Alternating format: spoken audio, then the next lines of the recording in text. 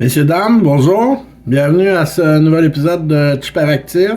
Les gens me demandent souvent, Gab, quand est-ce que tu fais une nouvelle vidéo sur les chips? La réponse est maintenant.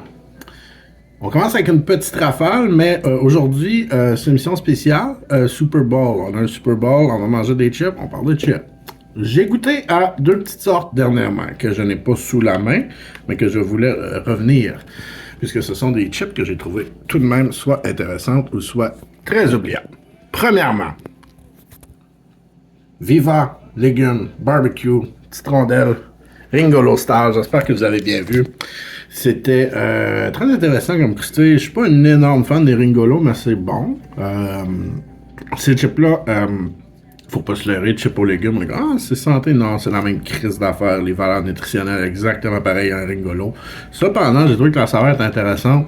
La croustillance, c'est le fun. Les petites rondelles sont comme un petit peu plus minces qu'un Ringolo. Un peu plus friable. Et l'assaisonnement est très similaire, même un petit peu meilleur. Donc, les Viva Ringolo Barbecue Légumes, je donne un bon 7.5 sur 10. Très bonne croustille. Merci à Yum Yum.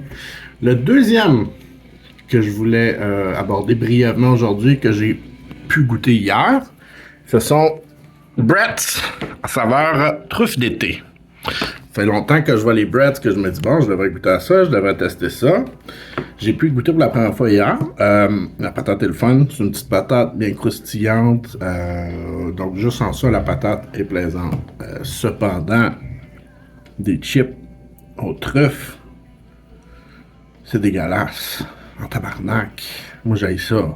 Ceux qui aiment ça m'ont dit ça goûte juste l'espèce d'huile de truffe spouchée sa chip. C'est pas très bon. Moi, personnellement, j'haïs ça. Moi, c'est un 2 sur 10. Pour la patate, je donne 2. Pour le reste, je donne moins 2. C'est épouvantable. J'ai détesté ça. Donc, je vais réessayer des Bratz. Bonne patate. Peut-être d'autres assaisonnements vont être meilleurs, mais on va se le dire, ils ont des hosties de sorte weird. Donc, je suis pas convaincu, mais on va en reparler. Puis maintenant, on est aujourd'hui Super Bowl. Alors, écoute, on va faire un review spécial Super Bowl. Et puis, j'ai sous la main aussi El Sabor Nacho. Alors, écoute, ça va être un petit shout-out à nos amis latinos qui vont être au Super Bowl aujourd'hui. Shout-out à Bad Bunny. Bad Bunny, j'ai écouté ta musique en préparation. C'était très bon. J'ai beaucoup aimé ça. Je donne un 3 sur 10. Maintenant, pour ce qui est de la chip, la Sabor Nacho, c'est... excusez, le sac n'est pas neuf, mais j'en suis encore là. C'est des petites croustilles. Ils sont pas très grosses.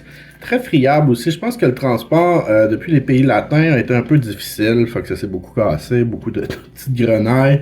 C'est une chip correcte. C'est une chip correcte. Ton fromage, il y a un petit goût de fromage, mais il n'est pas fort. Il y a même un petit goût sour, un peu comme tu as du sour cream en background. C'est correct, c'est bien. Je donne un 6.5 sur 10. Il y a d'autres saveurs. Un jalapeno, je serais curieux de goûter. Je pense que c'est surtout le problème, c'est surtout l'assaisonnement, que c'est peut-être pas le meilleur, c'est peut-être un peu cheap. C'est une option économique. Puis c'est le fun d'essayer ça. Puis il y a même un beau petit crocodile. Fait qu'on s'est dit, on va essayer ça. Fait que, écoute, c'est correct. 6.5 sur 10. Et puis, j'en profite pour souhaiter à tout le monde un bon Super Bowl. Et puis, prenez soin de vous autres. Puis, assurez-vous de manger des chips le plus possible ce soir. Merci, amusez-vous bien.